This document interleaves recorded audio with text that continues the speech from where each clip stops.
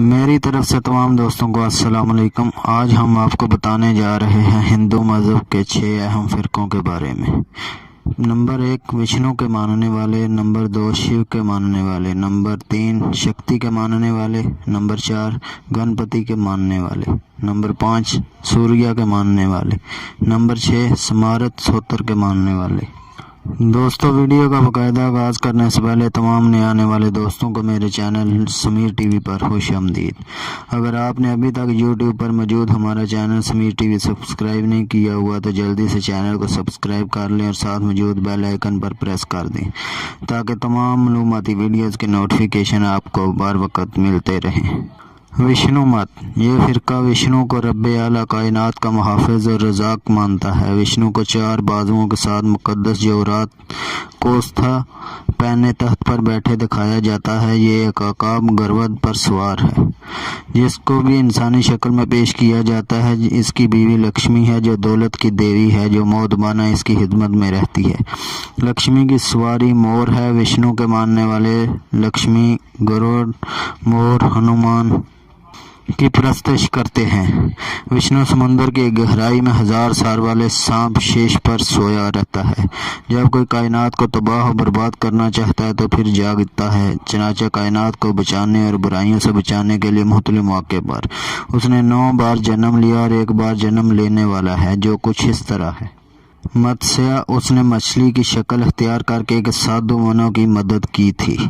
2 quorum, اس نے کچھوے کی شکل اختیار کر کے مندر پہاڑ جو سمندر میں غرق ہو رہا تھا اپنی پیٹھ پر اٹھایا۔ وارا، اس نے ہرن یکش دیو کو مارنے کے لیے سور کا جنم لیا تھا۔ نرسنگ، وشنو نے نیم انسانی شیر کی شکل میں ہرن یکشپو دیو جس نے خدائی کا دعویٰ کر کے وشنو کی پوجا سے روک دی تھی قتل کیا۔ وامن، ایک حکمران بلی نے آسمان پر قبضہ کر کے دیوتاؤں کو جلا وطن کر دیا۔ اس نے ایک بونے کی شکل میں جنم لے کر اسے باہر کیا۔ پرشورام، جب کھتریوں نے برہمنوں پر ظلم کرنا شروع کر دیا تو اس نے پرشورام کا جنم لیا اور کلہاڑی سے تمام کھتریوں کو قتل کیا۔ دشرت رام، 7ویں مرتبہ اس نے رام کی صورت میں جنم لیا اور لنکا کے راجا جس نے سیتا کو اغوا کر لیا تھا قتل کیا۔ یہ قصہ رامائن میں پیش کیا گیا ہے۔ 8واں جنم اس نے کرشنا کی صورت میں مہابھارت کی جنگ میں حصہ لیا تھا۔ نمبر 9واں جنم اس نے بدھ کی شکل میں لیا تھا اور اپنے عقیدت مندوں کے چاہنے کے لیے ایسی تعلیم پیش کی جو وشنو کی تعلیم سے مختلف تھی۔ جو راسل عقیدہ تھے وہ ثابت قدم رہے، جن کے دلوں میں کھوٹ تھا وہ گمراہ ہو گئے۔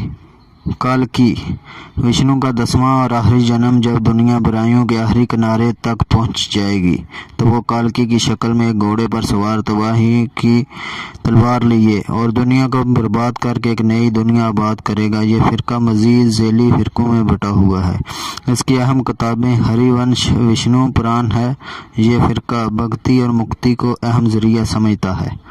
شیو مت، یہ فرقہ شیو کو رب اعلیٰ مانتا ہے اور اسے تحریب و تعمیر کا دیوتا سمجھتا ہے۔ اسے مہا یوگ اور مہادیو بھی کہتے ہیں۔ بعض لوگوں کا خیال ہے کہ یہ غیر آریائی دیوتا ہے جس کی پوجا وادی سندھ میں ہوتی تھی۔ اس کی بیوی پاروتی جو مختلف روپ کی وجہ سے درگا، کالی اور پاروتی کے ناموں سے مشہور ہے۔ پاروتی سے شیو کے 2 بیٹے پیدا ہوئے، ایک گنیش اور دوسرا کارتکیہ جو جنگ کا دیوتا مانا جاتا ہے اور اس کا نام سکند بھی بتایا جاتا ہے۔ شیو کے پجاری شیو کے علاوہ پاروتی اور اس کے بیٹوں خاص کر گنیش جو ہاتھی کا سر رکھتا ہے کے علاوہ نندی شیو کی سواری کا بیل کی پوجا کرتے ہیں۔ ہندوؤں میں جو لنگ اور یونی پوجا ہوتی ہے وہ بھی شیو اور کالی کے متعلق ہے۔ اس فرقہ کی اہم کتاب وایو پران ہے۔ یہ علم کو نجات کا ذریعہ مانتا ہے۔ یہ فرقہ بھی بہت سے ذیلی فرقوں میں بٹا ہوا ہے۔ شکتی مت، یہ فرقہ شکتی کی پوجا کرتا ہے۔ اس کا عقیدہ ہے کہ شکتی مونس ہے اور وہ ایک عورت کی حیثیت تشخیص کی جا سکتی ہے۔ وہ نسوانی شکل رب اعلیٰ ہے اور وہ اسے درگا، کالی اور بھوانی کے نام سے منسوب کرتے ہیں اور اسے شیو کی بیوی مانتے ہیں۔ ان کے عقیدے کے مطابق شیو کی بیوی بننے سے کالی یا درگا کے قادر مطلق ہونے میں کوئی قباحت نہیں۔ شکتی مذکورہ کی مختلف شکلوں میں کالی بہت مشہور ہے۔ اس کو سیاہ दो हाथी जैसे दांत काले मुंह को खून से सुर्ख किए दिखाया जाता है। इसका दूसरा रूप भवानी अब ठगों की देवी है। इन लोगों में एक मजहबी रस्म है जिसे ये चक्र पूजा कहते हैं। इस पूजा में अपनी बीवी के अलावा किसी दूसरी औरत से इख्तिलात करना कार सवाब समझा जाता है। वो औरत हमेशा के लिए इसकी रोमानवी बीवी बन जाती है। इस फिरका की अहम किताबें तंत्र है। ये हरिवंश और मार्कंडेय पुराण की भी अहमियत दी जाती है। गणपति, ये फिरका गणेश को रब्बे आला मानता है और उसके फहम और तदब्बर का देवता समझता है। गणेश को हाथी के सर के साथ दिखाया जाता है। सूर्य मत, ये सूरज को देवता मानता है और तलुए आफ्ताब और गुरूब आफ्ताब के वक़्त इसकी पूजा करते हैं। स्मारत सूत्र, ये वसी अल नज़र फ़िरका है और हर देवता पर इत्काद रखता है। अपनी ख्वाहिश और ज़रूरत के तहत इसकी पूजा करते हैं। प्रस्तश के लिए हिंदू 3 देवताओं के कायल हैं। पहला ग्राम देवता यानी बस्ती का देवता, दूसरा कुल देवी यानी खानदान का देवता, तीसरा इष्ट देवता यानी महबूब देवता। इस तरह एक हिंदू का ग्राम देवता गणेश, कुल देवी लक्ष्मी और महबूब देवता नंदी हो सकता है। ग्राम देवता मंदिरों में, खानदानी और महबूब देवता घरों में रखे जाते हैं। इन 3 देवताओं के अलावा हर हिंदू दूसरे बहुत से देवताओं को हस्बे मौके पर पूजा करते हैं। दुर्गा पूजा के मौका पर दुर्गा की, गणेश चतुर्थी के मौका पर गणेश को और कृष्ण के जन्माष्टमी के ज़माने में कृष्ण की, दिवाली के मौके पर लक्ष्मी और शिवरात्रि में शिव की प्रस्तुत की जाती है। हिंदू मत के ये अहम देवता हैं मगर इनकी फहरिस्त बहुत लंबी है। इनकी तादाद 5 करोड़ बताई जाती है, इसलिए इन सब का जायज़ा लेना आसान नहीं। मुख्तसर ये कि तमाम अहम और गैर अहम बेशुमार देवताओं के अलावा बेशुमार जानवर मसलन हाथी, सांप, घड़ियाल, शेर, मोर, हंस, तोता, चूहा वगैरह मुख्तलिफ देवताओं की तरफ से होने की वजह से मुक़द्दस समझे जाते हैं और इनकी पूजा होती है। जानवरों में सबसे अहम गाय है। इनके अलावा दरख्तों में पीपल, अंजीर, तुलसी और बबूल है और दरिया में गंगा को खास अहमियत हासिल है और उसे मुक़द्दस समझा जाता है। हिंदू मत का पहला अकीदा महलूक परस्ती है जिसकी तफसील गुजर चुकी है। इसके अलावा करम और तनसख का अकीदा है जिन्हें बहुत अहमियत हासिल है। करम के अकीदे के मुताबिक हर अमल छोटा बड़ा, अच्छा बड़ा, बुरा इंसानी रूह पर असर अंदाज होता है। इंसान अपने अमल यानी करम के लिहाज से सज़ा और जज़ा का मुस्तहिक होता है, यानी करम के मुताबिक अच्छा या बुरा जन्म लेता है।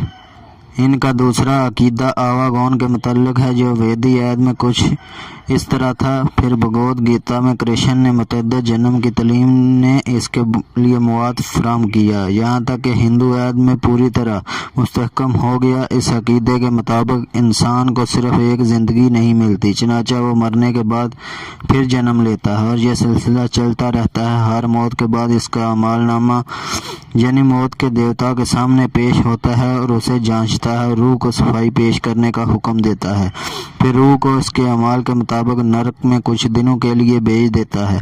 जब यह मियाद ख़त्म हो जाती है तो उसे दोबारा जन्म लेने के लिए भेज देता है। ये चक्कर इस वक्त तक चलता रहता है जब तक इंसान अच्छे और माकूल अमाल का ज़ख़ीरा कर लेता है तो इसकी मुक्ति नहीं हो जाती, मगर मुक्ति निजात क्या है मालूम नहीं है।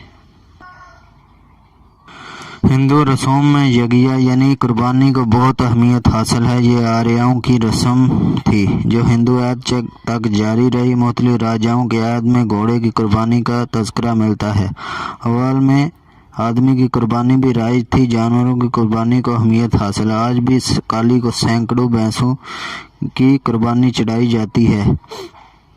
सित्ती भी मजहबी रस्म थी, हिंदू ऐद में राइज रही। इसके अलावा रोज़ाना गुस्ल करना, सुबह शाम सूरज की पूजा करना, मुक़द्दस मकामात की ज़ियारत करना और देवताओं के सामने नाचना गाना अहम मजहबी रसूम हैं।